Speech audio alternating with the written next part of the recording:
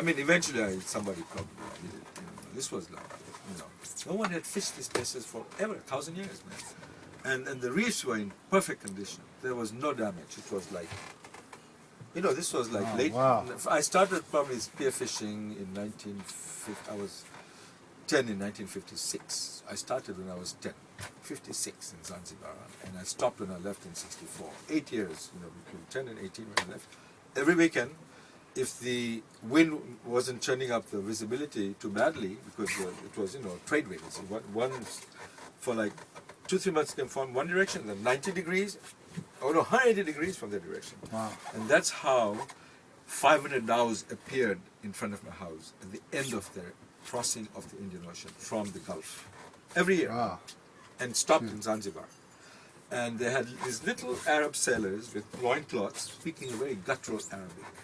And they would all spill into town. At the end of town, which was the Dhow Harbor, there was a special harbor for the dhows. And there were maybe 10,000 of them. Because, 500 boats. How many sailors per boat? Wow. Do the math, And 20? they're at the end. 20 is very easy. They just came down. Yeah, they would bring from Arabia. This has been going on for at least 500 years, maybe 1,000 years. Because the Phoenicians came to East Africa, Zanzibar, in 1000 AD. But the Arabs and the Indians from the Gulf, and the Persians, had been coming from 1200. Certainly in big numbers from 1700. And the Sultan of Oman, which was a desert, moved his headquarters to Zanzibar. He gave up his sultanate to his cousin or whatever. He said, I'm going to be in Zanzibar, and the whole mainland and the islands is my sultanate. And they were doing slave trade. So they would bring from Arabia things like dates, and then take back slaves, wood for building, etc. Yeah. And so the culture was really interesting, because it was this mix of a huge sailing tradition. And the reefs were incredible, right? Because between the island and the mainland was a channel of maybe 30 to 40 miles wide. The island is minimum 30 miles away from the mainland. So you can just see the mainland on the horizon if you climb up to the top of my house. From the land you can't see it. How big is the island? 2 islands, main islands, it's a group of islands, but the 2 main islands, Zanzibar and Pemba, are 50 miles by 25 miles. Both the same size. And my family used to own about 20-25% of the second island, Pemba. We had big plantations, and the only factory in the whole country, making things from the product from the plantations, coconut and clove.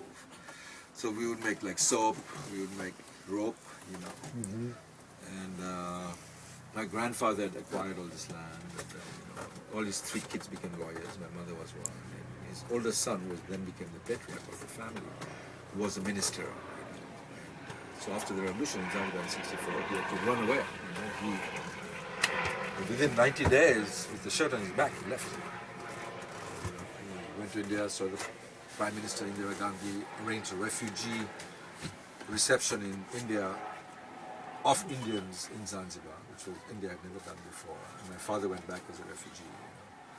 But the deal was you had to stay for 3 years.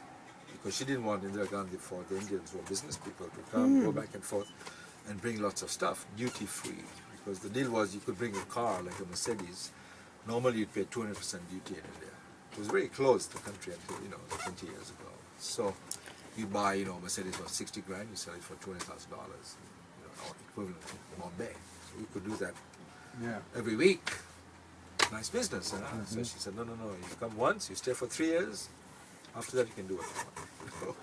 So my father went, and he had to stay for 3 years. And he told my mother, immediately after he got back to India where he was born, he said, I don't like it, I'm going to come back to Africa. So he told my mother, who was ready to leave, and join him. She said, you stay there, I'll come back in 3 years, and we live in Africa together. So she was stuck in Zanzibar for 3 years. It was a reign of terror. It was a very difficult time for 10 years. They were taking girls off the street. She quickly sent my sister to the mainland. My sister was about 12. And it was really hard. So then my father came back in 3 years. How old were you when you came back? I was at college in London. Oh. No, I was 17 when the revolution happened. I was there. And I left when I was 18 a year later. And then I never went back.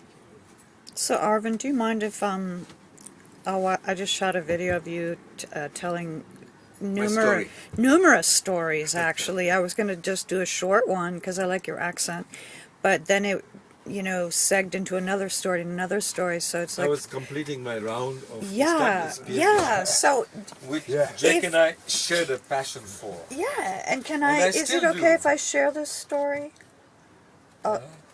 Is it okay? It depends. I'll send it to you. It should be. Yeah, send it to me. And Okay, then let and me look I'll at give it, you. And then I'll Yeah. let you know if I approve. consider it All right, good. suitable for public Documentary. distribution of some kind. Documentary of your culture. It's very interesting. Thank you very much.